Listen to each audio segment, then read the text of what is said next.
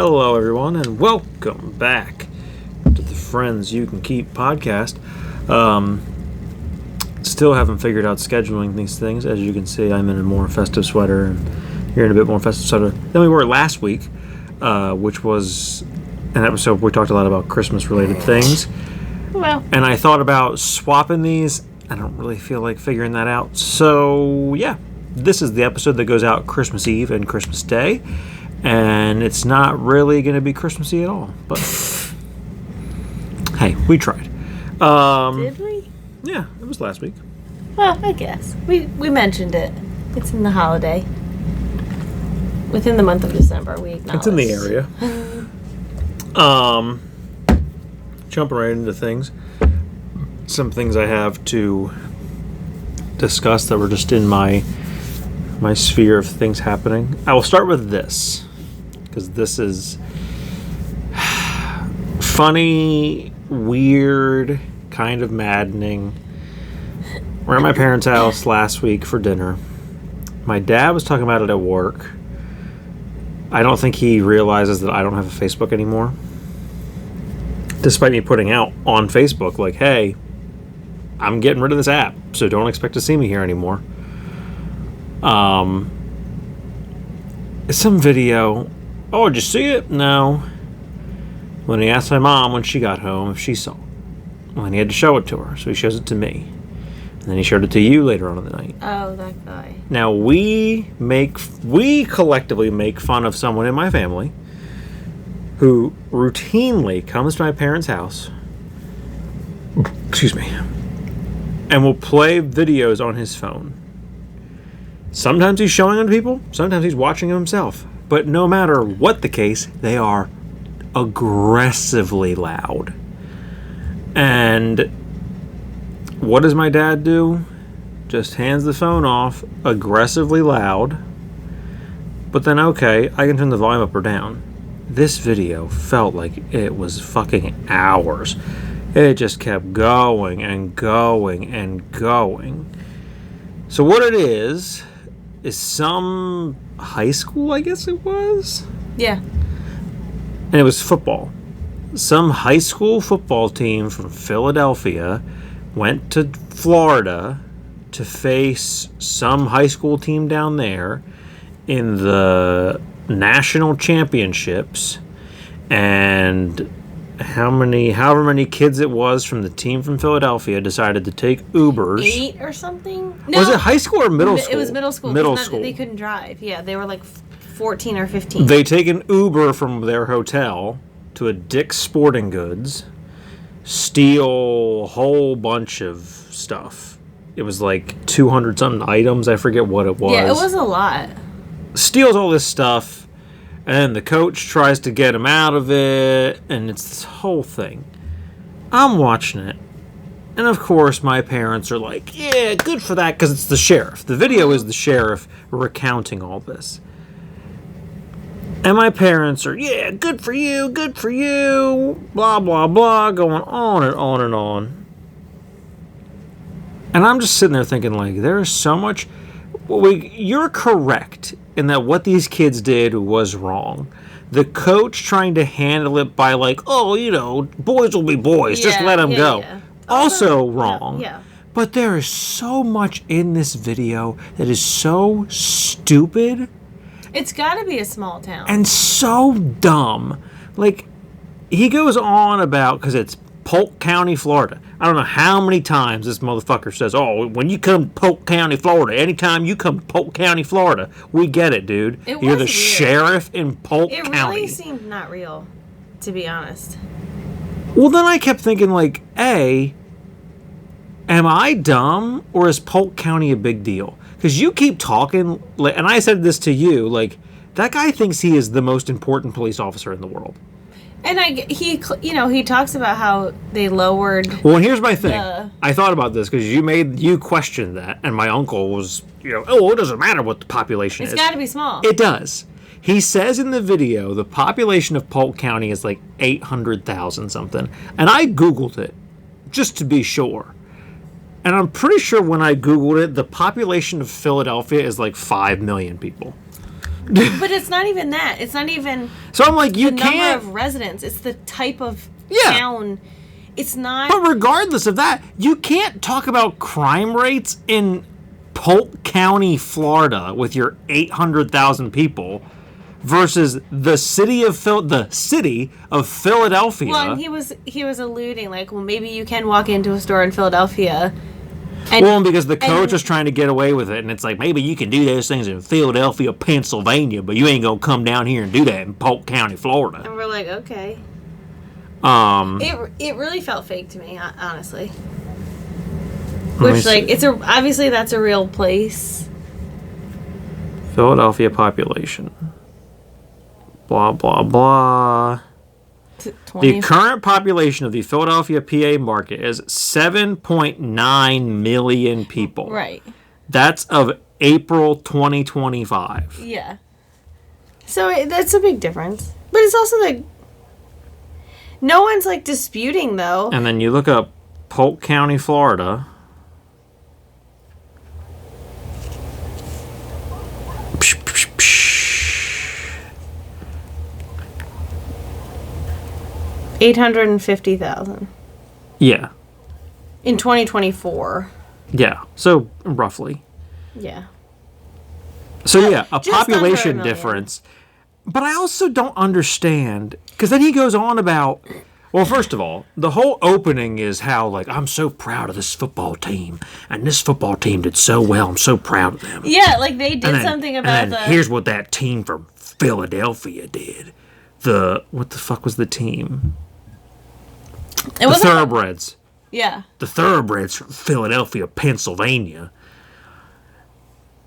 And then, like, he goes on this whole spiel about how they stole this, they stole that. But then what made me curious, because he talks about how, like, oh, the crime rate has dropped. No, just shoplifting. Well, no, he says the crime rate in Polk County has dropped whatever percent.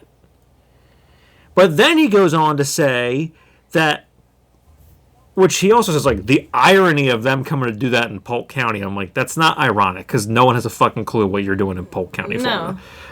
We hadn't heard of you till just now. But then he goes on to talk about how, like, Polk County, Florida, because this was an organized crime, like, robbery thing, which maybe it was, but I doubt middle schoolers are involved in organized theft. Well, I don't know what like the actual definition of organized crime is. Well, it though. was organized in the sense that, like, It was planned. they went in with however many of And them, and strategically, yes. they weren't just like, oh, throw this in my backpack, like, whatever. Well, and it wasn't But- just one or two of them. But There might have he's been so talking many. about it as if this is like fucking Goodfellas, and they're Yeah. walking in there, Uh-huh. like, Yeah, they mapped out the whole place. blocking out cameras and just Yeah. like, no. But he says about how Polk County has, in the past, before they got it all cleaned up, had their own, like, organized crime, organized theft division that came in and cleaned the whole county up. And I'm like, what the fuck is going on in Polk County, Florida, Yeah. that you had to have your own organized crime division? Like, what? I mean, it could. I don't know. Maybe. But it was laughable in the sense, too, of, like, because this is a press conference, some woman asked, like, about, like, oh, how often does this happen, and do you see it happen more around the holidays? Well, I think it happens anywhere that, yeah, there is an uptick in theft around the holidays, and for obvious reasons. But, these boys really let that football team down. And I'm like, that's not what she fucking asked you. Yeah. Why do you keep going? You're not a football coach. You're a sheriff, like, doing a press conference about a police matter. Stop going back to the football team. Yeah, and he really praised the Florida football team as if like they stopped. Well, the then he crime kept. from happening. Well, then he kept harping on, like, oh, these boys really let their team down because they were in jail and they couldn't play in that game. And who knows? Maybe if they would have been able to play in that game because they weren't out doing thefts, they could have won that game. But who knows? Because they let their team down. And I'm like, shut up. Nobody cares. No one is asking you about the ins and outs of middle school football. Like, Yeah. shut up. And the bigger crime here is the fact that they got out from their hotel room under the coach's watchful eye. Yeah. That's the bigger question. There's a lot of things happening. And that's what I said. There's a lot of like points that he makes that are correct. But the video on the whole is just like, shut up. And he just keeps going and going and going. And I'm just like, why did you make me watch this?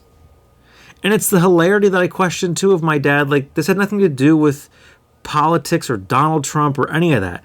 But he shows me this shit. And I'm thinking like, you know that my views and your views on things are not anywhere near the same. So why were you going to show me this? Like, oh, look how funny this is. And look how right this guy is. Yeah. Because, and like my mother says, because he makes some comment about accountability in Philadelphia, Pennsylvania.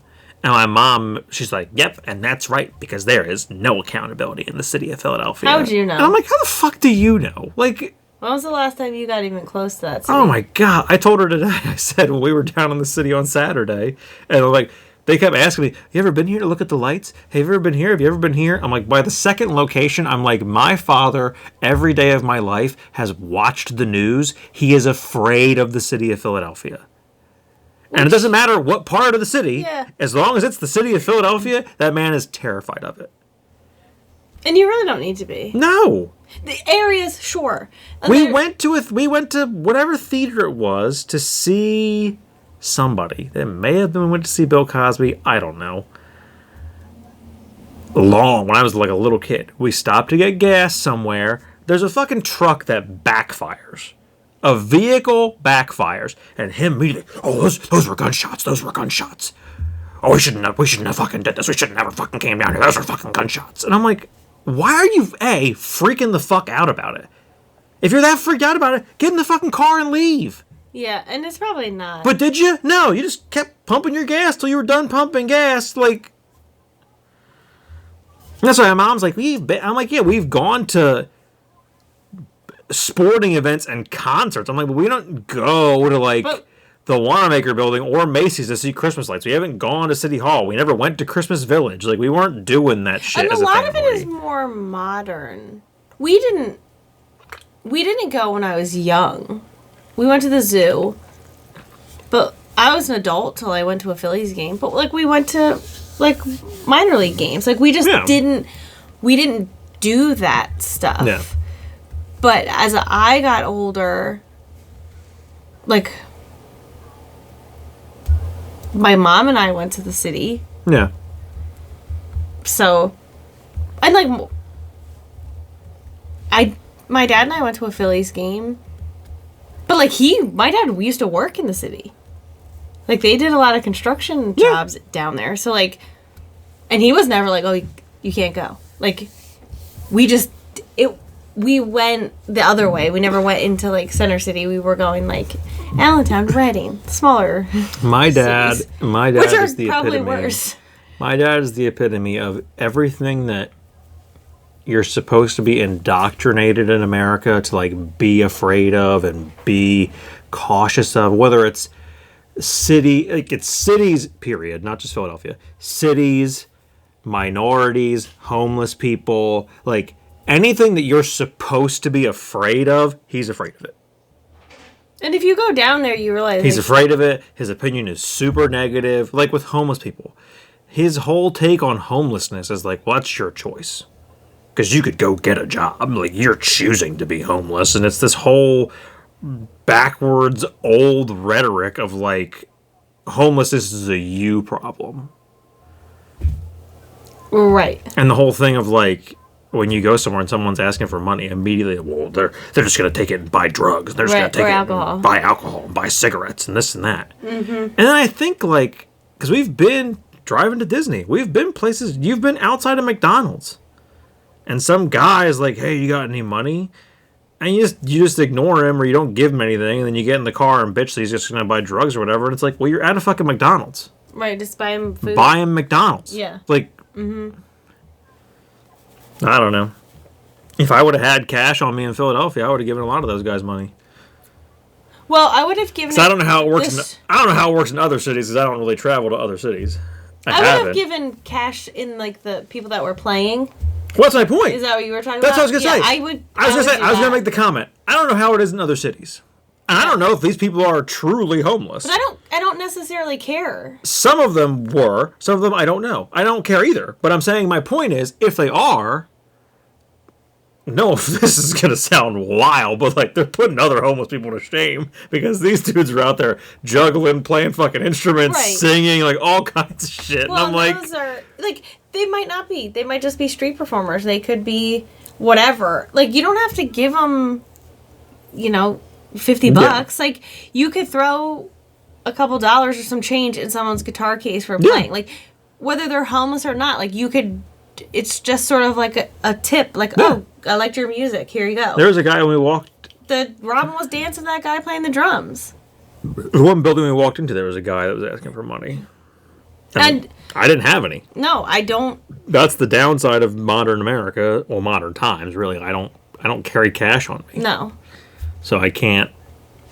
And a lot of, like, the crowded areas like that, like where the market is and stuff. Yeah. Like, I'm not overly worried about being mugged or anything like that, but, like, those crowded areas are the places where it would be so easy for someone, like, you're getting your wallet out to give someone a few bucks, and someone could easily, like, swipe it. So, like, I'm less inclined to be, like, digging in my purse. Well, like, down there, it wasn't until after I met you that I had ever even stepped foot in Reading Terminal Market. I had never been there. I was an adult when I went. The most we did growing up that involved the city of Philadelphia was going to Phillies games. Phillies games, when I was in high school, we went to, like, that Kenny Chesney concert at the Link. My brother and my mom went to an Eagles game once.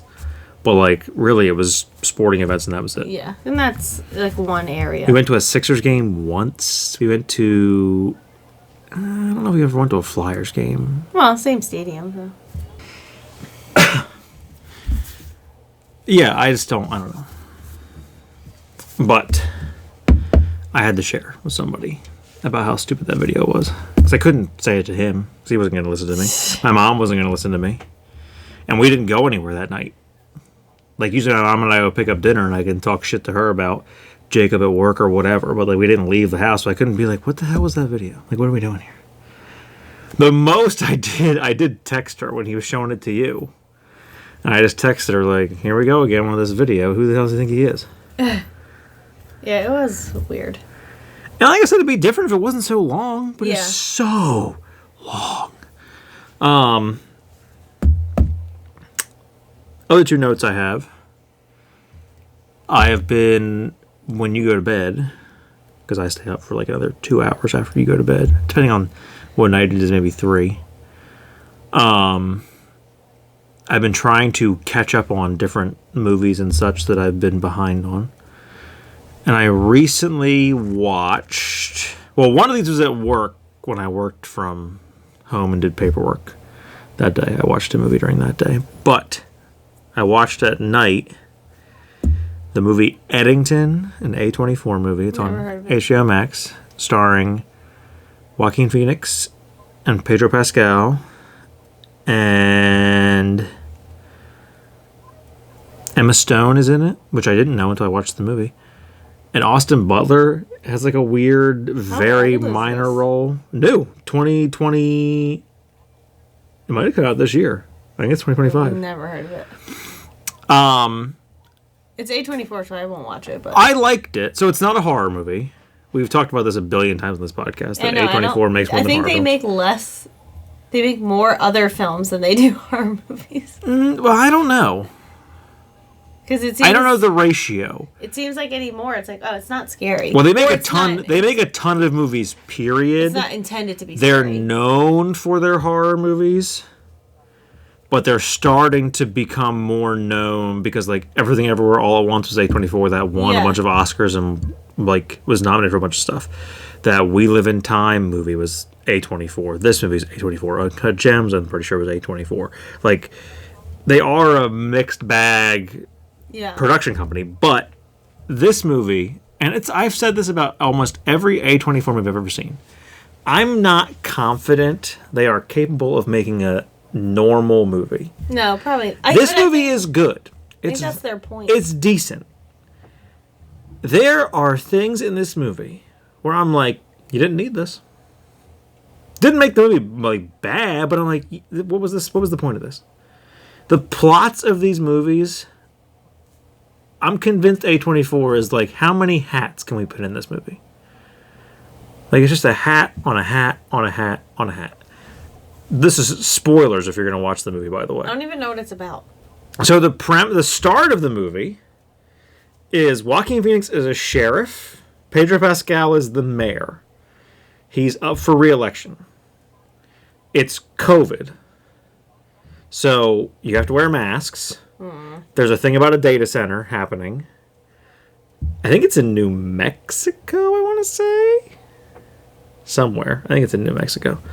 The movie starts off like Joaquin Phoenix is going to the grocery store. They're hassling some old man because he refuses to wear a mask. He pulls over like, you have to let him in. You can't deny him entry. You have to let him in. And like, it's going back and forth a little bit. And then Joaquin Phoenix goes in without a mask. And then Pedro Pascal stops him. The guy who owns the grocery store works there is like, you can't, like, can you just put a mask on? And he's like, why? Oh, and it's the whole like, we can't breathe with the masks on. Well, then he makes a video, like, spur of the moment. And there's some shit before this that's very inconsequential. It sounds terrible. It's really not bad. I'm not into, like, we don't need movies about COVID. Well, it's not. That's the thing. It's not. What the point of the movie is changes. So what it really starts off with, the opening is some like crazy homeless man. What's the point of I'm getting there. It opens with some like crazy homeless guy walking down the street, and then the cops from the city pull up on Joaquin Phoenix in his car. Doesn't have a mask on. The weirdness of these two guys in their car with masks on. Because they're together. Okay, but then they're telling Joaquin Phoenix, who's in a vehicle by himself, that he has to have a mask on because he's in the city limits. And I'm like, you're in your own vehicle with the window up. That was that weird thing where. And I'm like, you don't need your mask on in your own car, and it's not a ride share. Like, this is what. And then all that happens, but they show you that Emma Stone is Joaquin Phoenix's wife.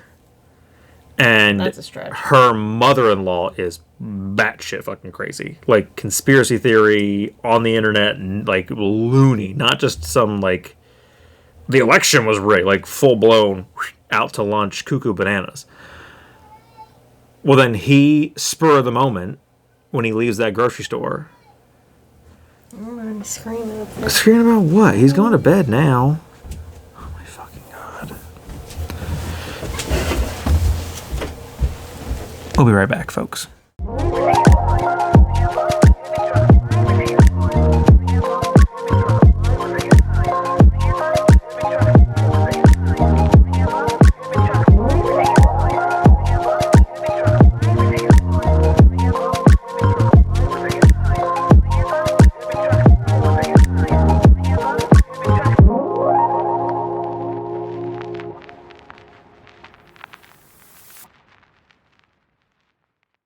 Welcome back, everybody.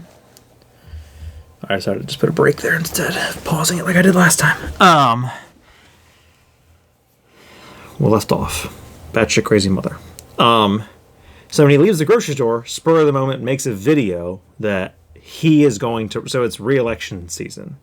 He's going to run for mayor against Pedro Pascal. Does not tell Emma Stone, does not tell his mother-in-law, just does it. Gets home, she's super pissed, the mother-in-law's super pissed. They allude to, like, something in the beginning of the movie with that whole situation. Don't say it until, like, then they start questioning. Pedro Pascal's like, what are you doing? And they're diving into the whole, like, they do the COVID thing, then they're diving into, like, people recording you on their phone. Oh, uh-huh. Because some girl's recording Joaquin Phoenix at the grocery store, and then when Pedro Pascal comes to see him at the sheriff's office, he puts his phone in his fucking pocket. He's like, I'm recording you, and Pedro Pascal's like, why? Like, what are we doing? They then... Shit starts to happen with the election at the same... So the timeline of this movie, George Floyd happens. Now there's these like younger high school, college age kids protesting in this podunk fucking small town in New Mexico. That Black Lives Matter, all that stuff, that starts happening. Joaquin Phoenix, who there is a black deputy. Joaquin Phoenix is very obviously racist, but like there's shit on the news happening, and then all of a sudden he tells that black guy like, I think I'm gonna promote you," and the guy even says like, "This isn't about what you saw on TV, right?" And he's like, "Oh, no, like you've been doing good work, whatever." This is fucking so stupid. But then the big bombshell that Joaquin Phoenix drops, because you're just essentially you're watching him become like more and more unhinged over the course of the movie. Austin Butler is some weird motivational speaker. I don't know what his job really is. He is one of the many like hats on hats on hats where like his storyline did not need to exist. His storyline and his character only exists because he's holding some concert tent revival thing, and Emma Stone and his mother-in-law goes to see him. Oh, okay. And then eventually she leaves to go with him. That's the only reason his character exists, is to get her out of the main storyline. Right. But the big bombshell, when she leaves, the big bombshell that Joaquin Phoenix drops is that Pedro Pascal, like when they were in high school or some shit, so Pascal and his campaign manager guy, he makes a comment earlier on about like, well, there's this whole rumor that like you were in a relationship with his wife and like you fucked her, and he's like, no, he's like, we were in a relationship for a very short period of time, and she's super fucking weird. Her mother is crazy, but I never did anything with her. So then they reveal in Joaquin Phoenix's bombshell that Pedro Pascal had sex with her when she was underage. Uh-oh. Which, like, I'm pretty sure they're supposed to be close to the same age. So it's statutory in the sense of, like, he would have been 18 and she was 16 or some shit. Right. She got pregnant and he forced her to have an abortion. Whoops. And it's this whole thing. Well, then when she leaves, she puts her own video out on Facebook denying all of that. And I think they don't ever put it out in black and white. What I think was actually, because she's on some Facebook post earlier in the movie about child trafficking, and then Austin Butler deals with like abuse and trafficking, and it's this whole thing. What I think they're alluding to is that her dead dad abused her. Oh. Again, they don't ever tell you that. Right. But there's a lot of things where I'm like, I think that's what actually happened, and they blamed it on Pedro Pascal. Mm-hmm. But then, so this is all happening. Seems like a pretty boilerplate, weird, mayoral, like, a dramatic version of the what was that? The campaign. Like, what was that movie? I almost said the election. Well, there's a lot of them. You know, where two people are running. But then they're just spewing shit at each other. So she leaves, and again, you're just watching him become more and more unhinged. And, like, refusing to wear the mask. Something that homeless guy's at Pedro Pascal's bar. That's, like, the second scene in the movie. He tackles him. The guy's coughing all over him. Then he goes back to the bar later on. They're really alluding that, like, Joaquin Phoenix has COVID. I don't know if that's what they're saying. It's, like, driving him crazy. I don't know. But is there, like, COVID his full-blown mental break happens. He goes... Pedro Pascal is somewhere. I forget where he is. That homeless guy breaks into Pedro Pascal's bar and is just behind the counter drinking alcohol, drinking water, touching everything, like... Joaquin Phoenix... Does that guy have COVID? Well, they don't ever tell you. But he's clearly sick and homeless and crazy. Joaquin Phoenix steps through the glass on the door, just stands there for a couple minutes. And you're just watching this guy talking to himself, talking to whatever. Sees Joaquin Phoenix, but does not... Right. Like, they show him see him, but there's not even an acknowledgement of him. And then all of a sudden, Joaquin Phoenix just fucking murders the guy. Like, 3 or 4 shots, bang, bang, bang, bang, dead. Wraps him up in a trash bag, puts him in the back of his truck, whoosh, dumps in the river. And they tell you at some point when he's at the sheriff's office that black guy, like, oh, there's my new thing on the wall. It's one of those targets, the like body targets they have for police, where it's the target that's just like a mannequin outline thing. And oh, that was from however many feet, as like a sniper or sharpshooter kind of thing, where it's like, oh, that was from however many yards, blah, blah, blah. And then Joaquin Phoenix says like, oh, well, that's impressive, but let me know when you beat my record. And like points to his thing on the wall. Well, then Pedro Pascal and his son are at home. And like his wife left. They don't ever tell you why his wife left, even though they allude to it. Pedro Pascal's sitting there watching TV. And then all of a sudden, bang. You see there's a glass, like sliding glass window behind him. And he's in like a lazy boy chair. You see a flash of light, and then all of a sudden just... Ew. Well, then his kid is in the other room. Because what happens is Pedro Pascal... And they kind of allude to like Pedro Pascal is following COVID protocols. It might be a little like nudge at people like Gavin Newsom and shit, where like he's following these rules, but he's also like a pretentious liberal asshole. Right. But there's the purse of his son's girlfriend, which that's a whole other weird subplot of this movie, is his son's friend is in love with this girl, and then the son starts hitting on her and shit. And it's a whole weird thing. Her purse is on the coffee table, and he's like, I thought no one could be in the house. And like the son's in a different room, and he's like, no one was in the house. He's like, well, whose purse is this? I know it's not yours. What purse? I don't see a purse. He's like, come out here and look at it. And, like, he puts the purse down. That's when he gets shot. Well, when the sun comes in, then you see another flash of light. And I think he gets shot in the shoulder? He shoots the wall next to him. Then the kid turns to run, and he shoots him in the shoulder. Well, then him and his son are both dead. Joaquin Phoenix... How does that kill him? I wondered that myself, but Joaquin Phoenix... If it hits him right... Joaquin Phoenix goes in... And, oh, what does he write on the wall? He's got a can of spray paint. Oh, I forget what he writes. It's something about Black Lives Matter, fuck the police. It's something. That's clearly him trying to say, like, protesters murdered Pedro Pascal and his son. They get a call, like, oh, blah, blah, blah. He goes to the house. Pedro Pascal's house is in this weird... Part of the property is in whatever town... Eddington, I guess? Where Joaquin Phoenix is mayor.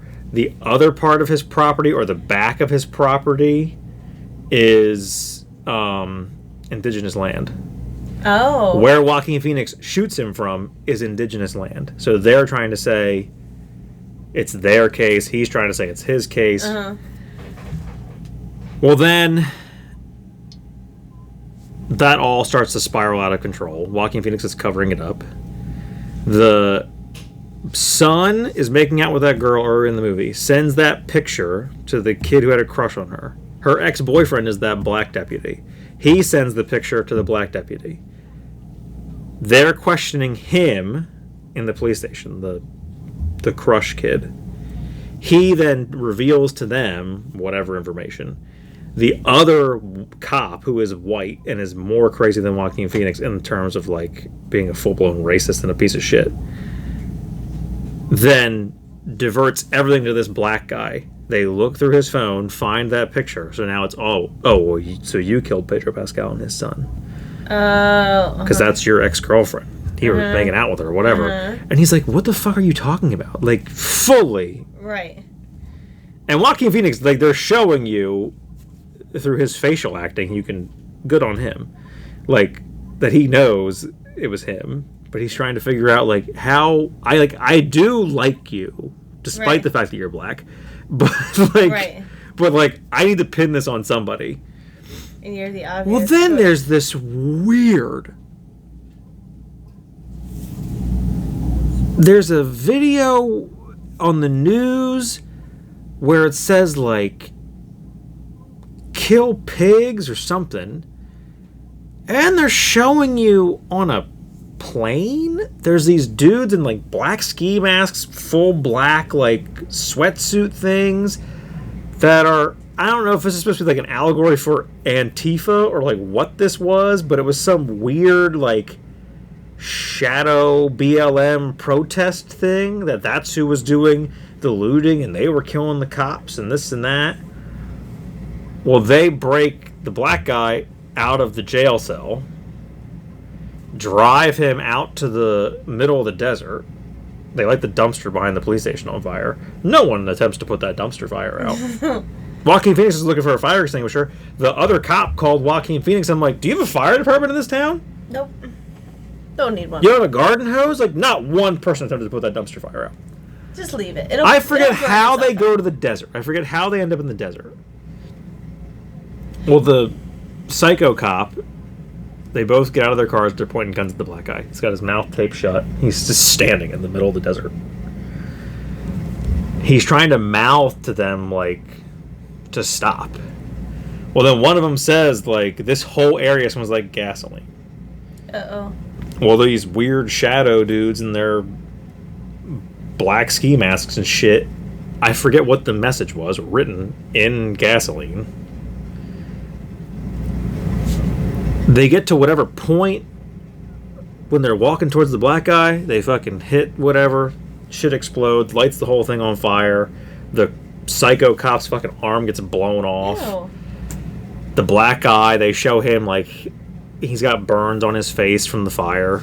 Well, now they're just shooting at Joaquin Phoenix, who at this point has become very public because he's a fucking actual crazy person running for mayor. Despite being in a small town, it's America, and post-COVID, we're like, oh, that matters. Right, yeah. That matters nationally. Yeah, very important. I need to know who the mayor of this podunk So then it becomes a chase. Like, he runs through the hills to his house. They're chasing him to his house. There's a cab out front. He goes in. He thinks it's Emma Stone getting her shit. He, like, is pointing the gun at her, tells her to freeze, drop whatever she has. They show Emma Stone. He talks, oh, I'm so sorry. He does whatever profound speech. Well, then I forget what is said back to him. He, like, takes his glasses off, wipes his eyes. It's his fucking mother-in-law. And I'm like, what is happening in this movie? That you're now hallucinating. Like, he leaves the house. They're still chasing him. They end up back in the town. The town is empty. It's a fucking ghost town. They're shooting at him. He's shooting at them. He goes to the ammunition place. Comes out with a fucking... One of those Tommy guns that has, like, the actual case.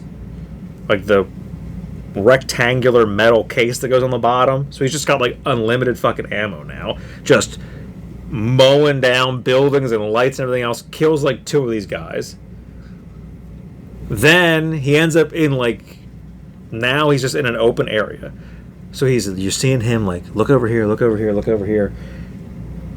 They should have alluded to more that maybe he was a soldier, because what he's doing feels very military. Well, then the one guy, like, comes at him. He might be out of bullets. Joaquin Phoenix shoots at him twice, misses. Now he's out of bullets. The guy gets him, he fucking hits him with the gun. Joaquin Phoenix does something. Or he does something to Joaquin Phoenix. Well, then that kid who had a crush on that girl is like... I think they show him at a payphone earlier in this scene. He's hiding behind the truck that's parked right here. Comes out, bang, shoots the guy trying to kill Joaquin Phoenix. Joaquin Phoenix is all fucked up. Ambulance comes. The kid's like, I saved your life. They rush him to the hospital. From this point to, like, the last scene in the movie, you're now in Joaquin Phoenix's POV. And he's the new mayor, because Pedro Pascal's dead. But he's also fully... I don't think he can talk. He's in a wheelchair, can't move. And I'm like, how are you the mayor? His batshit crazy mother-in-law is the one making speeches for him. And he's just behind her in his wheelchair with the guy pushing the wheelchair. And I'm like, what the fuck is this movie? It sounds awful. And the kid who had a crush on the girl is now some, like... I guess they're alluding that he's some... MAGA Charlie Kirk-esque influencer at the end of the movie with his girlfriend on TikTok, and... There's just so much shit happening. That's why it sounds so bad, because I'm like... It was decent, but there was so, like... The entire plot feels unnecessary. Well, there was... The plot line of Joaquin Phoenix is fine. But then it's just... this storyline, on this storyline, on this storyline, on this storyline, on this storyline. And that's what I said watching it. I'm like, the movie is decent, but there's so much happening that didn't need... And, like, the end... of the movie is him at his house. His mother-in-law's watching a video on Facebook, and it's Emma Stone at one of Austin Butler's things. She has a kid, and she has this big smile on her face, and then, like, I think it pulls out and does one of those shots where, like, it pulls out from him to the outside of the house, whatever, and it's just like him screaming because the mother-in-law shows in that video, and that's the end of the movie. And I'm like, was this supposed to be like, yeah, you got away with murdering a bunch of people, but fuck you because you're... Why is his mother-in-law controlling him? Well, she's not controlling him. But, like, why is she doing speeches for him if he's no longer married? Why is he the mayor? But why? That's not his mother-in-law anymore. I don't know if they ever got divorced. She just leaves. Weird. And they do a time jump from him going to the hospital, which, like, also... I saw what the guy was, like, laying on the pavement. That man's fucking dead. You're telling me Pedro Pascal's son dies from getting shot in the shoulder. Joaquin Phoenix is all fucked up. And you're telling me... He lived. He's alive? Like, get out of here. It's a miracle. Oh, man. Here. We're gonna do this one more time. I don't know where he is. Probably not. Did you pause that? Yeah.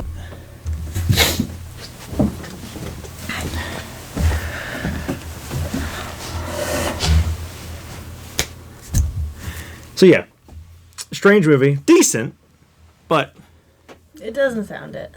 It was. It's jarring, and I feel like this is also A24's kind of prerogative in some cases. Weird, Julia Roberts, Kevin Bacon, End of the World movie. No. Oh, because that feels like that. That movie was was that Kevin Bacon? Was Ethan it? Hawke. Oh, yeah. Ethan Hawke. Mm-hmm. We did a whole episode on that movie. I read the book. So don't get me started on it again, because that movie was fucking terrible. Hated that movie. The book was phenomenal. I read the book in like 24 hours. Mahershala Ali, I think. Great cast. Yeah. Shit fucking movie. I think he plays awful. the owner of the house. Awful fucking movie. Right? I think so. I'm pretty sure it was him. I think the problem... It's one of those situations where it just didn't translate well from a book to a movie. Because your complaint is like, it's so much build up for nothing. Yeah. And the book is the same way. But with a book, you don't mind that. Well, my other issue is, it's 2020. When did that come out? 2024? Yeah. It's 2024. You're not new to the disaster movie, end of the world genre. No. Therefore, you can't make a disaster movie with no disaster. This movie keeps alluding to a disaster and never shows you it. No. No, there isn't really. Well, there's the plane crash, which they show. And the boat. And the boat thing, which they show. But then it's like... Isn't there a weird bird thing? Is there something with the birds? It's the sound. And it's like, it's messing with the animals. Flamingos?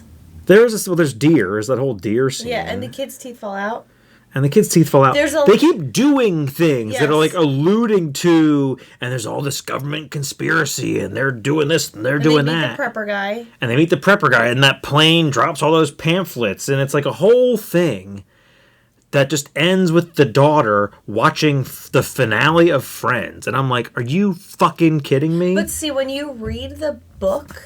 Oh my God, I've never been so mad at a movie as I was at the end of that movie. And because you watched the movie and it was so bad, and then you noticed that it was based on a book. So I'm like, let me read the book. because I'm like, I bet you that most of the meat of this book is someone's internal monologue. Probably. And I don't think that was necessarily the case. It's just you don't notice. Because, like, I read the book, I don't know. I'm pretty sure it was in 24 hours. Maybe in the course of a weekend. You did read it quick. So it's short. It is short. Well, because we talked about it in one episode, and then we're like, we're going to do a whole episode on this. Like, we can't not do an entire episode on this. Because I needed to read the book. And then you read it. It might have been in 2 days. It was quick. It was definitely within the course of a weekend. And I'm like, it just, you don't mind that build to nothing in a book. Yeah. Because what you want out of a book versus what you need out of a movie are different. I can see that. There are plenty of books that just end or allude to a lot. I also think the book might wrap up a few things that the movie doesn't. Probably. Because there's definitely more in the book. The prepper is Kevin Bacon. Is it? Yes. Because remember, they see him at the grocery store at the very beginning of the movie, and then you don't see him until, like, the middle. And then you see him again, and then you don't see him ever again after that. He's an asshole. In the book, he's a real asshole. He will not help them. He won't help him in the movie either, but in the movie, he's an asshole, but he's more like conspiracy theory nutjob kind of asshole. And it... Because I got to the end, like, I didn't hate this. His was the weirdest. If you see him at the beginning, and then I questioned, like, was it Kevin Bacon? Because you don't see him again. He's loading all those cases of water into his car. But then you don't see him again for a long time. And then I'm like, why did you cast Kevin Bacon in this role when he does nothing? He's in the movie for all of 10 minutes. Yeah. In 2 scenes, and one of them, there's no dialogue. I mean, he just has a connection with whatever studio or something. But he does a whole bunch of shit. Because remember, you get contract like... And it's nothing against him. Like, he didn't make the movie bad. But it was more the question of, like, why is he in this? What's interesting is the cast that they got. It's not that it's star-studded, but, like, Julia Roberts and Ethan Hawke are pretty... Well, so is Kevin Bacon. And at this time, so is Mahershala Ali. But, like...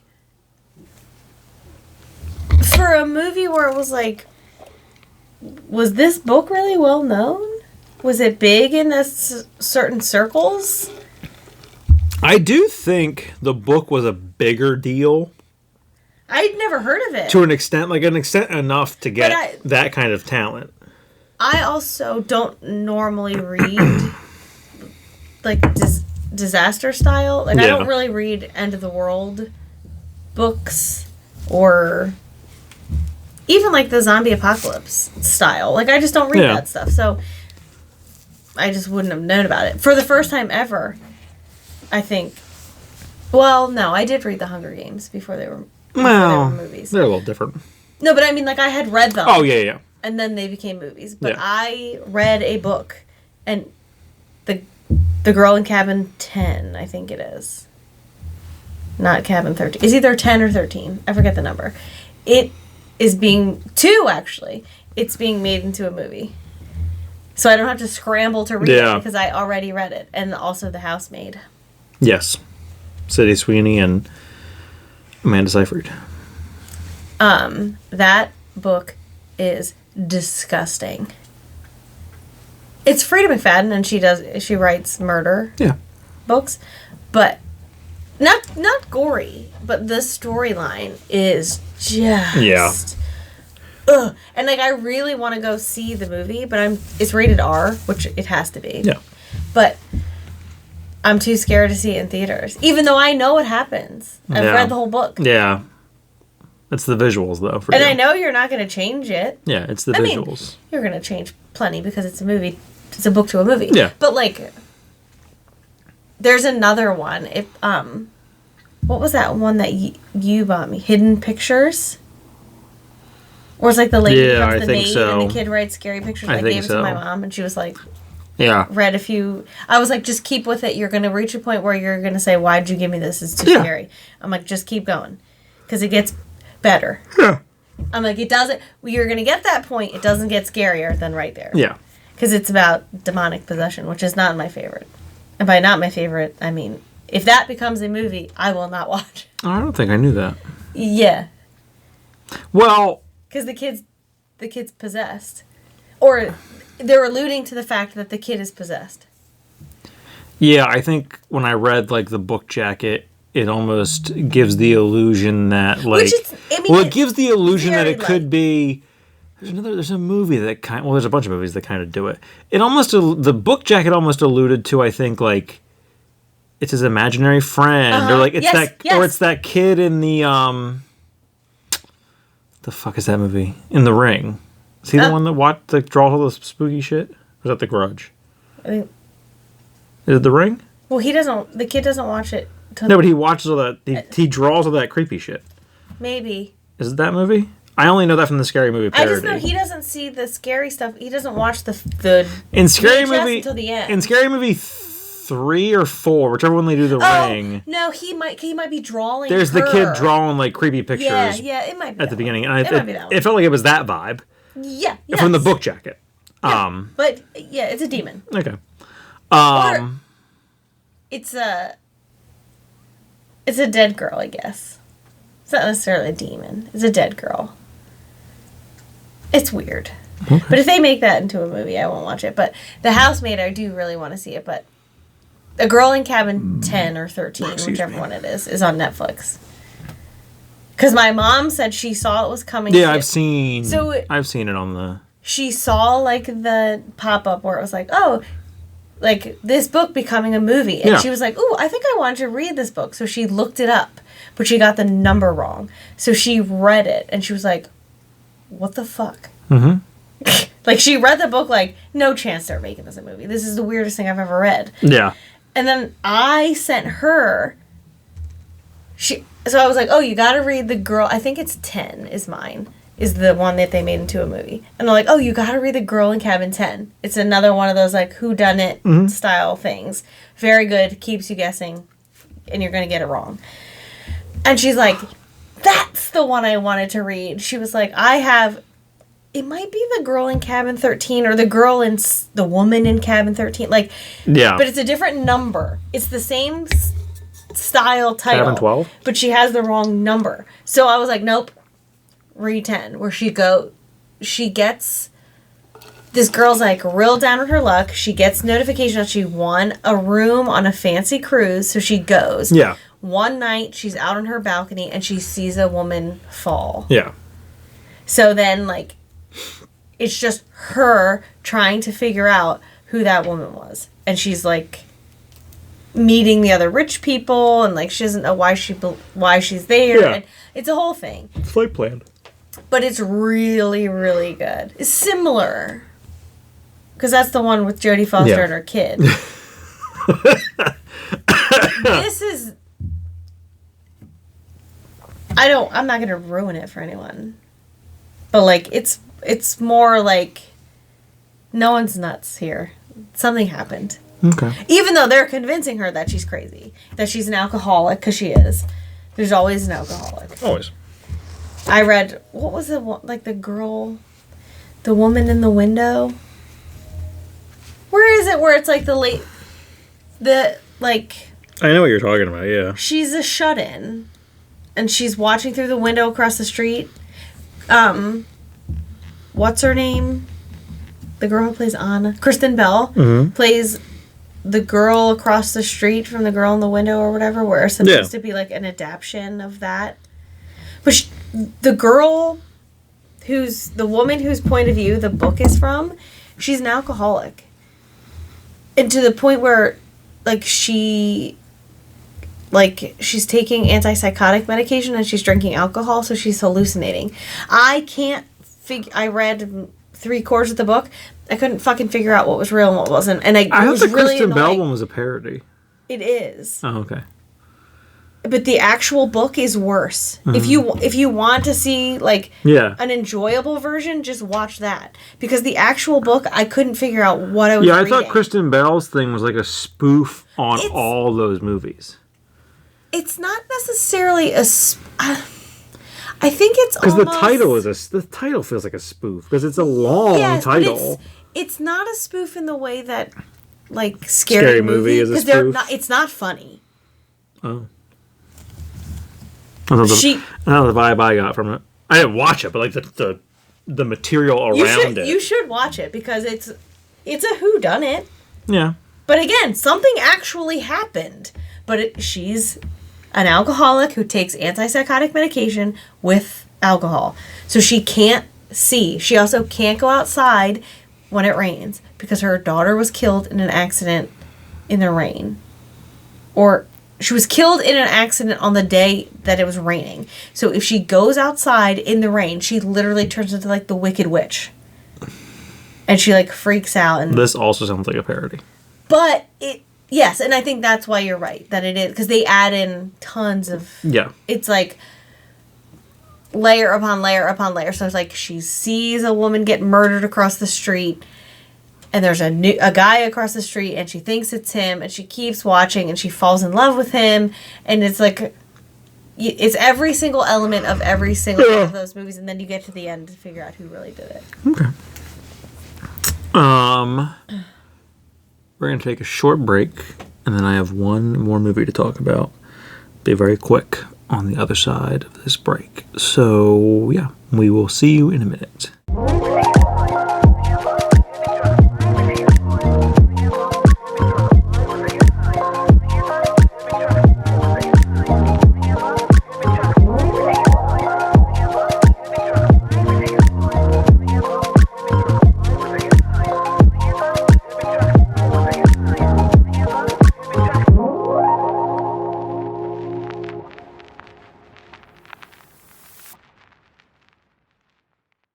Welcome back, folks. Is this a movie I saw? No. Ugh. We wanted to, but we didn't. And I got tired of waiting for it. So I was at work, had the opportunity to watch a movie, scrolled through a little bit, and decided... Don't ruin it for me. You're not going to want to see it. Oh, okay. Decided, I know what I'll watch. Joker 2. Oh, I don't care. I know you don't. That's okay. So this movie came out. It's old. Is this 2024? 2023? No, I don't think it's that old. It, I think it was, the first one... It was definitely not 2025. No. So we'll see. I think it was 24. I'll look it up. Comes out. For those of you that don't remember this, Joker 1 comes out. Joker 1 is a huge success. Joaquin Phoenix wins the Oscar. People loved it, raved about it. 2024. We saw it in theaters, loved it. Joker 2 comes out, and everybody fucking hates it.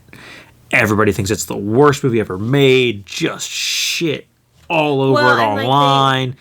Everybody fucking they were really hated this movie. disappointed that like the first one was so good and that the second one didn't even come close. Is kind of like what I kept seeing. Oh, see, I kept seeing it was just bad. Like comparatively, yes, but I kept seeing like it was one of the worst movies ever made. Oh, I don't know if I saw the. Watching it now, having finally seen it.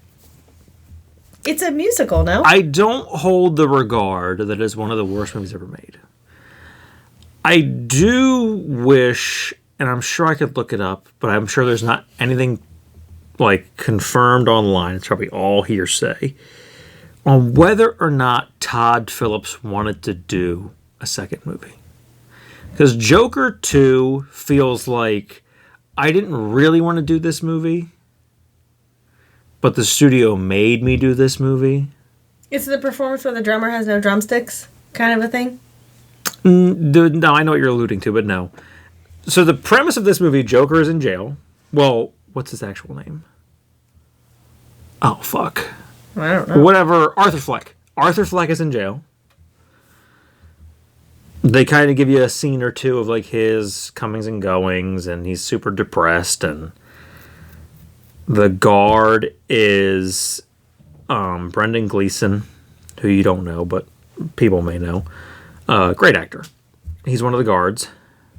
Well, then they tell him, like, oh, you get to go to whatever wing, whatever section of Arkham to see your therapist.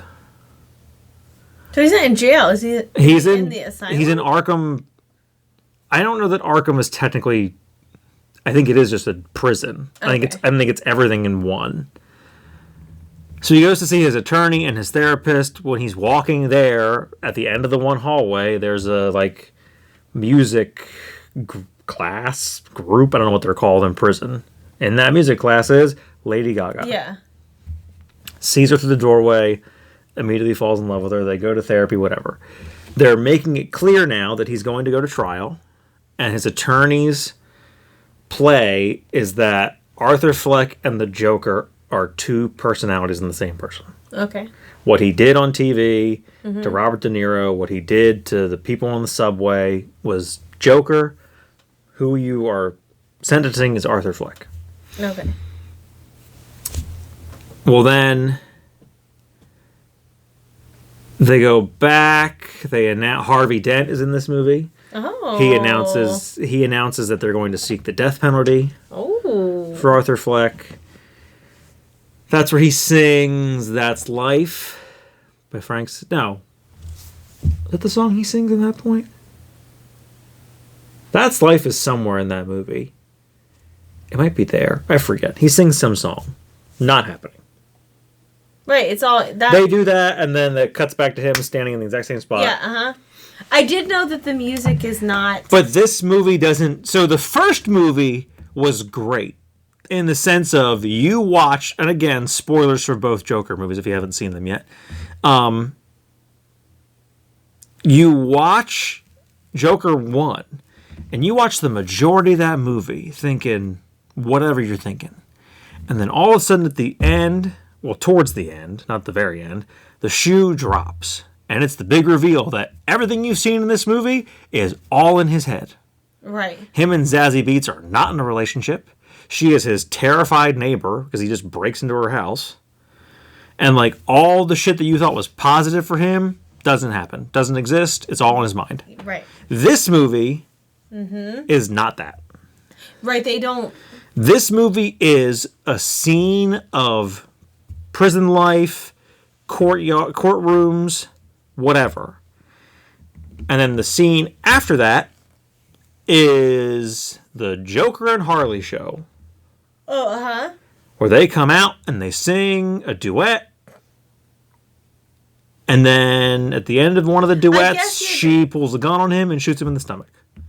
And he's like, why would you do that? And then it cuts back to the real life scene of prison life or whatever. But he's not... It's not like the first movie where like this is what he's picturing. Or at least it's not presented in that way. Right. Maybe that's what the idea was, but it's not presented in that fashion. It's too jarring, like cutting back and forth between the two of them that way. So then Brendan Gleeson like kind of is starting to take a liking to Arthur Fleck. So he works out like, I got you in that music class. So then he goes and he fully meets Lady Gaga. And she tells him that I live in the same apartment building that you lived in. And I'm in here because her father was abusive. Someone was abusive. And she burned their house down. Or no, not the same apartment building. From the same, like, city. The same street. Oh, like they grew up? Somewhere. Yeah, same street somewhere, wherever she lived was in like the same area. Burned the house down, so then they institutionalized her. Well, then what does he get thrown in the hole for? When they try to escape? Yeah, they're watching a movie, and she starts a fire. And then, like, everybody rushes out. Well, then the two of them leave. Do like a little dance number, and they just go to the gate, this chain link fence, where all these reporters are. They don't attempt to climb the fence; they're just like banging against the fence, and here comes the guards, takes him back away, puts him in the hole. Well, then she comes to visit him, which they never allude to. Like that's not allowed. Like that's not actually happening. But I'm like, in what fucking world are you getting a visitor in the hole? Well, you also don't go in the jail when you visit them. You go. But she was a patient. Yeah, but like they still wouldn't let her in. But she reveals that she's being released. When she shows up at the courtroom, His attorney is... I don't hate it. I love it. I'm sure she hates it. The actress. The only movie... She's in a ton of movies. The only movie I can ever identify her from is she is the woman from Death to Smoochie. Oh, the woman from 40-Year-Old Virgin? Yes. She's also in that. Mm-hmm. That's... Every time I see her, I'm like, oh my god, it's the lady from Death to Smoochie. Like, I would know her from, but then I know her from other things. She's in a ton of movies. Yeah. But for some reason, my mind is always... And maybe it's because it's the first movie I ever saw her in. I don't know. But that's where she's from to me. I'm sure she doesn't mind that. It'd be interesting. I wish this show would get big enough for me to interview literally anybody. Or be like on a red carpet somewhere and ask her. Just be like, whenever I see you in a movie, this is the movie I identify you with. How do you feel about that? Is that okay with you? How do you feel about that? Like, what movie do you want people to remember you for? But they... So, like, they take a recess. She's in the hallway talking to press. Lady Gaga confronts her. They have their repartee back and forth. Like, you're fucking this all up. You don't know what you're doing. Mm-hmm. She tells her whatever. Well, then when she's talking to Joaquin Phoenix about her, and Joaquin Phoenix is in love with her or whatever, she asks her, like, what do you know about this girl? And it's essentially, he tells her, oh, she burned her parents' house down, whatever. And she's like, what are you talking about? Like, I pulled up information about her. She's some rich kid from wherever. Her parents didn't institutionalize her. She went to college and was studying therapy.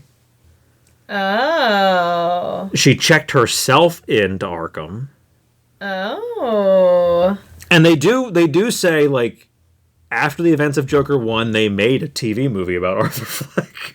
Which he keeps after, like, he asked her twice, like, was it any good? And she's like, it was amazing. I watched it 27 times or something like that. Which they then, when he confronts her about, like, were you lying to me? And he's like, was the movie really good? It was really good. Did you watch it 27 times? I probably watched it like 4 times, but it was really good. But, like, her whole story that she told him was bullshit. Right. And then I thought, like, okay. So I initially thought, watching the trailers for this, that you fully changed the origin story of Harley Quinn. Which, like, okay, whatever. Todd Phillips is not making a true-to-comic adaptation of Joker. Right, yeah. But, like, because her origin on Batman the Animated Series is that she was a therapist at Arkham. Oh, uh-huh. And in that time, she falls in love with the Joker. Uh-huh. The reality in Todd Phillips' movie is she falls in love with him out in the public and then checks herself into Arkham to try to get closer to him. Got it. So she basically, like, sees him on the news and whatever. Yes. And then, okay. They allude to him being in love with her. They have this whole thing. He then says in court, I want to represent myself. I'm firing my attorney. She leaves. Next time they're in court, when he makes some comment. Is it there? No, it's after this one. The next time they show up in court, there he is in that iconic maroon suit, face all done in the Joker makeup. Oh. And the judge is like, whatever court case is what made this relevant, like, you can appear in court in any fashion, in any dress that you prefer. Oh, okay. But, like, I will not allow you to make this more of a circus than it already has become. Okay. So, like, you're treading thin ice kind of thing. And then in this line of questioning, because it's that dwarf that was there in the first movie when he shoots that fat guy in that apartment building. You probably don't remember it. He, like, bursts into the apartment building and shoots that fat guy that, like, bullies him at work. And then tells the dwarf, like... Yeah, okay. Good to see you, whatever he says, and leaves. Mm-hmm. And Harvey Dent questions the dwarf. The dwarf tells this harrowing story about it. And then he steps up. And it's this whole, like... I forget what his name is. They make a big joke about what his last name is. Piddles, something. I think maybe Puddles. Oh. And, like, is that your real name? And the guy's like, yeah. And he's like, is that your real name? And he's doing this, like, when he gets up the first time, like, this is where the kind of Joker-esque elements are there. Because it's like, oh, you're a witness. And then he stands up like, Mr. Puddles. And it's like him doing this like old Southern lawyer kind of thing. And then I forget the exact dialogue, but it is like, is Leonard, whatever the fuck his name is Leonard Puddles your birth-given name? And he's like, yes. And he's like, Puddles? Is Puddles your real name? Like, he just drops it and then, like, goes back into it again. But they do this whole thing back and forth with him, and then he talks about, like, how everybody bullied me, and the guards at Arkham treat me like shit, these fat, slobby assholes, and blah, whatever his dialogue is, but he, like, insults the guards, who have been borderline nice to him throughout the process of the movie you're seeing. Right. Especially Brendan Gleeson. And then they give you the big drama of, like, he goes to sit back down, and Puddles is like, you don't know what this feels like. I'm afraid to go to sleep. I can't leave. Like, you murdered someone in front of me. Oh. And you were the only person who was ever nice to me at work. You were one of the only people who was ever nice to me, period. And then you just murdered someone in front of me. And I was so afraid that, like, you were going to come back and murder me. Yikes. And then he outbursts, like, I told you I wasn't going to hurt you. I forget what he says. Oh my god. And then it cuts back to the jail. The guards fucking beat the shit out of him. Sure. Kind of like you want to talk shit? Fine. Talk shit. And, like, you're getting this idea that, like, something's going to happen. But then he goes into court, and now they show Lady Gaga at home. She puts the fucking makeup on her face, and she's front row in the courtroom, and all, like, the Joker supporters are there with her. Well, not all of them. There's a group of them there. And there's protesters out front, whatever. Well, then they're doing closing statements. Because they call for witnesses, and he's like, we don't have any witnesses. Yeah. So they're doing closing statements. Harvey Dent does his. He pulls a stool up, sits right in front of the jury. And I don't... Is he wearing the makeup now? He might not be wearing the makeup at this point. I don't really remember. But he basically says, like, admits, there is no... Like, I am Joker. There is no two different people. Like, I killed these people. They treated me like shit. Like, he just confesses to all of it. And in the midst of this, Lady Gaga and the other people, like, get up and leave the courtroom. But then a fucking bomb goes off. Whole side of the courtroom blows in. Harvey Dent's on the floor, which I thought, like, I get it, but missed opportunity to not fucking burn half that guy's face off. Like, because Harvey Dent is Two-Face. Yeah, but doesn't he get Two-Faced in the movie? In what movie? Or, like, in the Batman movies, doesn't he get... Well, he does in The Dark Knight. So he's... In the old one, he's already Two-Faced. Oh. In The Dark Knight, you see him get Two-Faced. I don't know how it works in the comics. Okay. I would assume at some point, like, he's regular Harvey Dent and then he becomes Two-Faced in the comics. Because they wouldn't make it a point to, like, here's who Harvey Dent is. Right. He's the district attorney. And then... Yeah. But, like, there's nothing. He's just like, he's fine. And I'm like, I get it. That's not the point of this movie, but, like, come on. You could have done a little bit. You could have shown, like, shrapnel scars, something. I'm like, but Joaquin Phoenix gets up and leaves. And there's these two dudes, one of them's dressed just like him. And they do this kind of, like, they see each other and, like, circle each other when they get in the car and they're driving. Like, they're going to get him out of Dodge. Well, then they get stopped in traffic. He gets out of the car, runs to the steps from the first movie. There's Lady Gaga. And, like, oh, I didn't want you to leave, whatever. Like, why? Like, there was an explosion. I got out. Now we can be together. And they have, when he's in the hole when she visits him, they have sex. And I'm like, this movie did not need a sex scene. No. But then later on in the movie, she tells him that she's pregnant. Uh-oh. Then when he's like, we can be together, she basically is like, I don't want to be with you. Because, like, I don't know who you are. Because she was in love with the Joker. Right. And, like, he makes a comment about her being pregnant, and she's smoking the whole movie. He makes a comment about her being pregnant, and she doesn't really acknowledge it. So then I'm like, were you not pregnant? Right. Oh. So, like, the whole... But then, like, she leaves, and you see the street behind him. Here comes all the cops. He gets arrested again, goes back to Arkham. Well, and there's this other weird guy. Like, you're watching the shift when he starts to go back to being the Joker. The prisoners are now getting more rowdy. Mm-hmm. And there's one guy in particular that's getting super rowdy.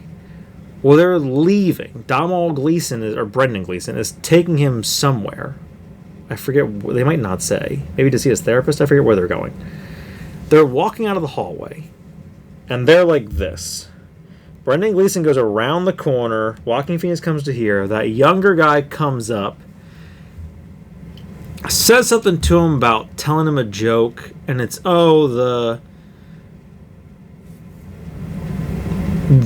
there's a clown at the bar, drunk. A guy walks in, I love your stuff, whatever. It's this long-winded joke about a guy who idolized this clown, who's now sitting at a bar, hammered. And the big punchline at the end of whatever the joke is, you get what you deserve. And the guy pulls a shiv out and stabs Joaquin Phoenix to death. And that's the end of the movie. Oh my god.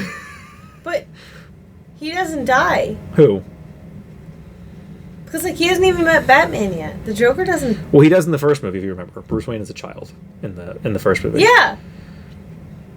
Well, it's not. That's the whole point. That's the confusing thing of it, is these movies were never meant to be, like, thing. I always thought it was, like, it's supposed to be the origin. So, Joker was supposed to... Well, I think it was also supposed to be, like... This is my imagining kind of thing, like loosely based on, like, this isn't going to be a Batman movie, whatever. Right. But it was the weird thing of, like, I didn't think then why do it as the Joker? Like, I get it, but you're trying hard to, like, separate this from the lore of Batman while using Batman characters.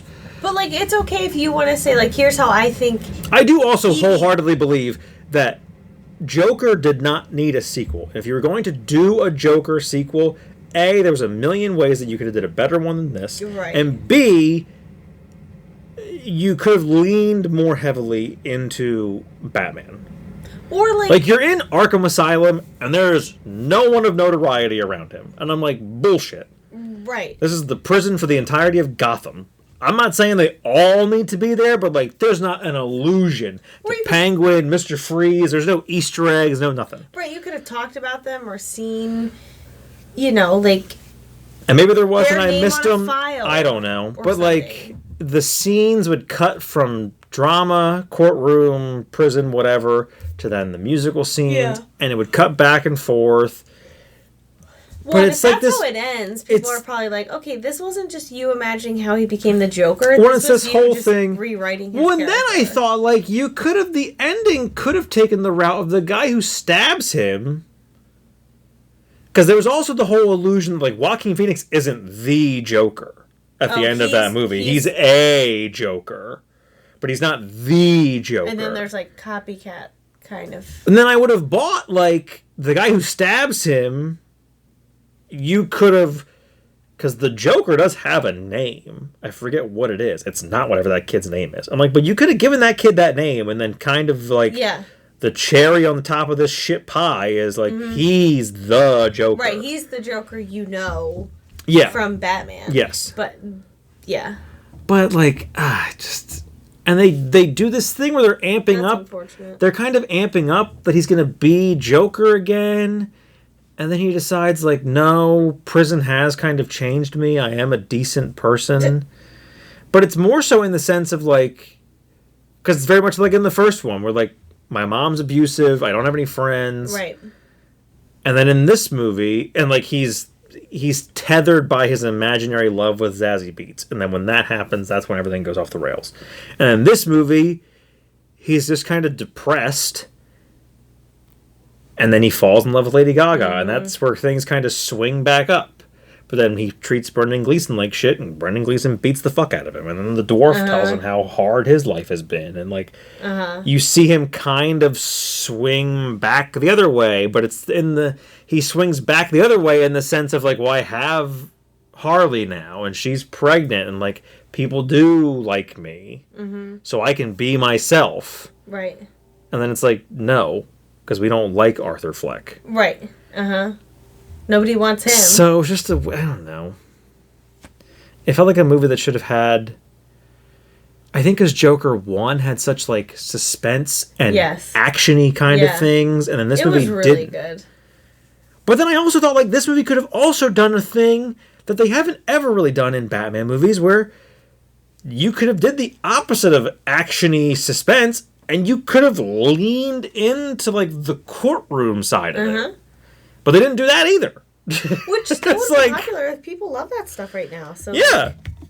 A courtroom. And I would love that. I would have loved to see someone try to like tackle the judicial mechanisms of Gotham, especially with the Joker. But like, I don't know. Yeah. They made something that nobody asked for, pretty much. Or like I said, was it awful? Was it as bad as people made it out to be? I don't think so, but like it wasn't. And I wonder too. I wouldn't. Well, if somebody didn't see it and wanted to watch it, I would watch it again. Right, but you outside of that, I'm not going out of my way to watch it. You wouldn't choose to put it on for yourself. No. Yeah. Like you could watch it because there's. Well, I watched the first one. There's nothing in this movie. The first one wasn't. That's like gruesome. The first one was so good. But it was really, yes, it was. Oh really my good. God, when I was sitting in theaters and he fucking blew Robert De Niro's head off. It was oh my God. It was so unexpected. It was incredible. Mm-hmm. It was incredible. Yeah. And the staircase scene. It was definitely one of those movies where, like, it had a lot of moments where, like, you're never going to be able to see that for the first time again. We could do a whole list. The first two that come to my mind are Joker and Bad Moms. But, like, we could do a whole list, probably, of movies that were sequelized. That the first one is this original, great, like, maybe not wholly original, but at the time it comes out, it feels original, wholly. And it feels kind of like something that hasn't been done in a long time or never done before kind of thing. And the second one comes out and it's just fucking trope after trope. And you're just doing the same shit every other movie does. And it's like, or in Joker 2's case, it's you're trying to make a different kind of movie than what you should have been making. Right, like your first one. Or you're trying to make two different movies at once. I don't know what the fuck the idea was. Your first movie was this, and then you come out with a sequel that's not even in the same genre. As your first, as your first one. Yeah. Whereas Bad Moms is like you just took this original concept. I think the first one too had the benefit of Bad Moms?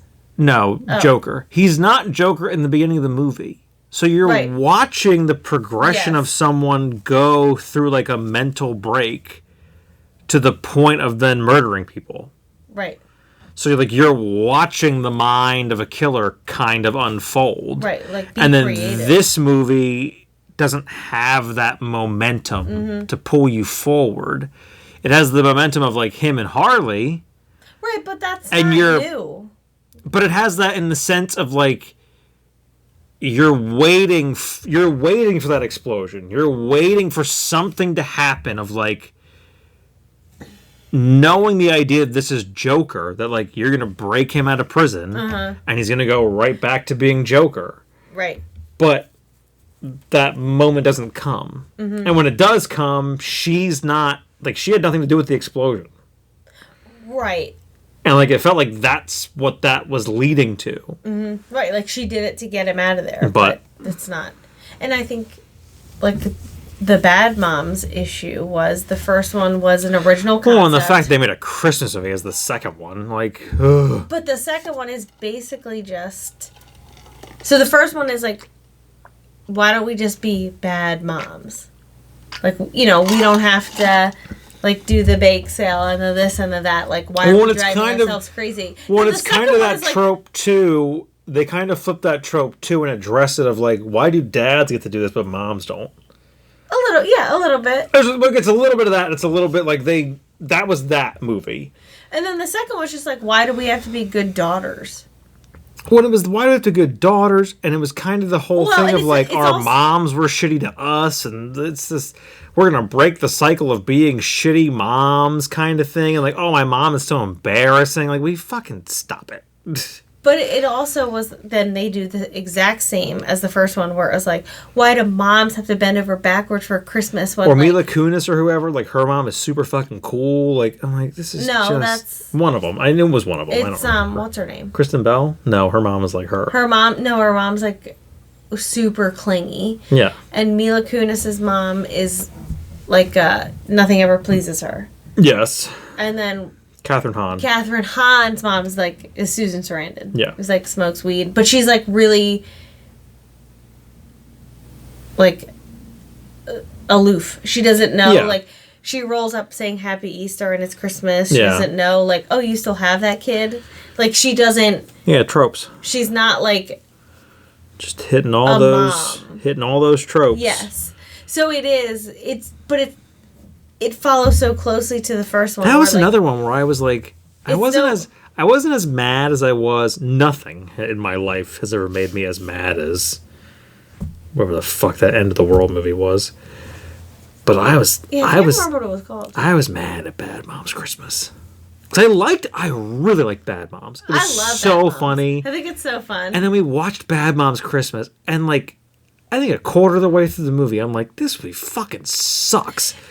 And I watched it again, like, it's funny, but like, come on. I'll The first movie watch was it. so good. And I'll this movie watch is it just fucking because, like, terrible. I don't necessarily care. It's one of those like holiday movies. You're just like, Yeah. I want it in the mix or whatever. Yeah, I'm not But saying it's not entertaining. It does not live up to But the it's first one. disappointing. Yes. It's disappointing to watch the first one, then you watch the second one, like, oh god. But also, like, we should have known.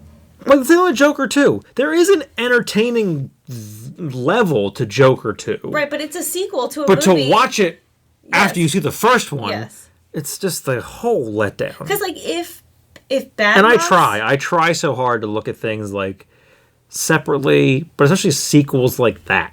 And sometimes, like... You have to really look at them in that Like, sense. Joker and it's- 2 probably couldn't stand on its own. Like, you needed No. Joker to... But, like, Bad Moms Christmas could. The music in you- Joker 2 is good. You don't need any backstory Yeah. for Bad Moms Christmas to go. Yeah. And maybe if Bad Moms didn't exist, Bad Moms Christmas would be great. Yeah. But the problem is, like, well, we saw all this, like, On- already. And that's probably also they didn't care. On IMDb, I think, when I looked up something for Joker 2, it is categorized on there as a jukebox musical. So, I mean, yeah, that's the what music is great. There's great songs in that movie. Great soundtrack. That's what But- I was under the impression that it was a musical. Odd, though, and I get it, but like, I saw Walk the Line. Joaquin Phoenix sings like shit in this movie. Oh, well, he's not trying to be Johnny Cash. I guess, but I'm like, Lady Gaga's so good, and he's not. But they may There have, are parts. they may have not wanted him to be. There good, are though. parts where there are parts where he's decent. that could be intentional. There's like one or two where it's just him, and it's like, ugh. But then the duets, he's not bad. They may have wanted it to be Yeah. that way. Well,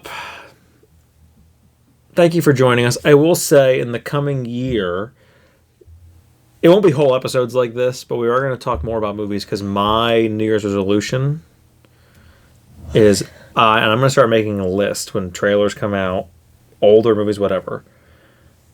My resolution is I want to watch one movie every day in 2026. Why? Why not? I don't want to do that. Okay, you don't have to. I'm don't not saying know- you do. I don't know that I have 3 hours every day. I watch them when you go to bed. Yeah, but like, are you really watching them? Yeah. You're gonna watch a new movie every day? I'm not saying it has to be new. Well, new to me. No, that's what I mean. That's Yeah, what I yeah, mean. yeah, yeah. A movie you've never seen. Yeah, why not? That's too many movies. Why? That's too many. Why?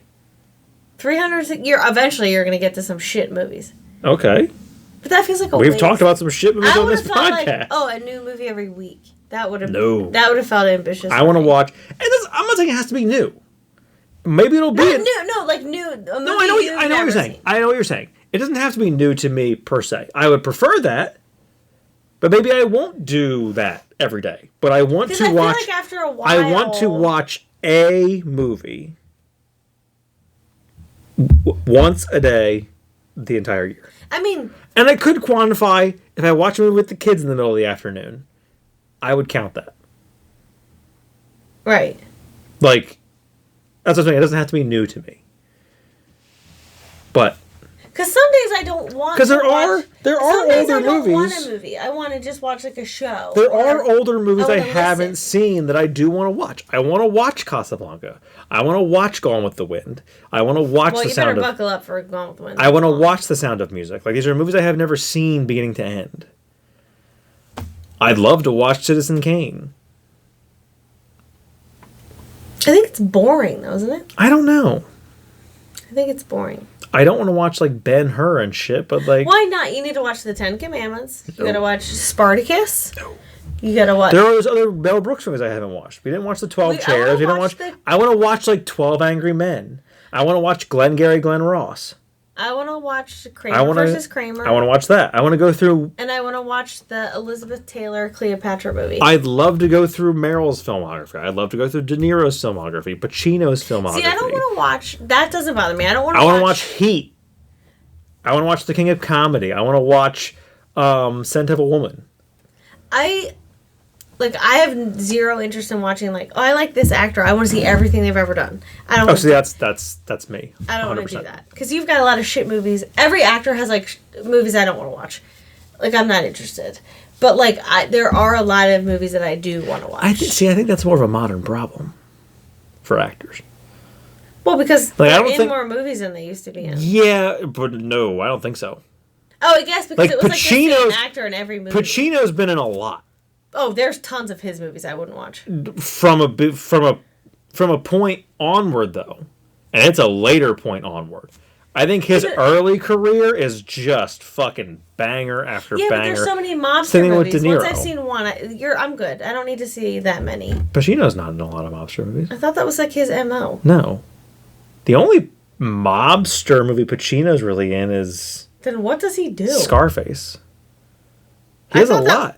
Because Scarface, like all of his Scarface movies. Is different from Serpico, is different from Dog Day Afternoon, is different from Scent of a Woman. They all sound like the same movie. No. It's like Morgan Freeman. No, they're not. The other guy. They're not even close to the same movie. They just sound De Niro was in a lot of mob movies, but I would recommend watching Goodfellas. I would recommend watching Casino. They're the Ray Liotta. I do want to watch Now You See Me, too. The first one. I never saw it. We did see it? We didn't, but to be talking about the movies I'm talking about and then you interject with, I want to watch Now You See Me. No, what's the other one? Okay. Catch Me If You Can? Yes. That's... Are they different? Yes. They are different, but are they... One of them is magicians that do, like, bank heists, and the other is Leonardo DiCaprio as a con man. Oh, I thought he was also doing heists, I think. No. He's stealing, but he's like a con artist. Oh, I don't know. Jesus Christ. On that note, I think it's time to end. Thank you for joining us. Happy holidays to you and yours. Merry Christmas, Happy Hanukkah, Happy Kwanzaa, all that good stuff. This is happening on Christmas Eve and Christmas Day. I think Hanukkah starts Monday. If you're listening to this is Christmas Eve. If you're watching it, it's Christmas Day. So Merry Christmas, Happy Holidays. We will see you before the new... No? Mm-hmm. Yeah, before the new year. Stay tuned for next week's episode, because that's when we're going to do our year-end music thing. Oh, we're going to do our year-end wrap-ups of stuff. I really hope the Pornhub one is different, because that was so funny when we did it last year. Check us out on social media. Like, subscribe, rate, review, comment, all that stuff. Share it, whatever. We love you, and as always, thank you for being a friend.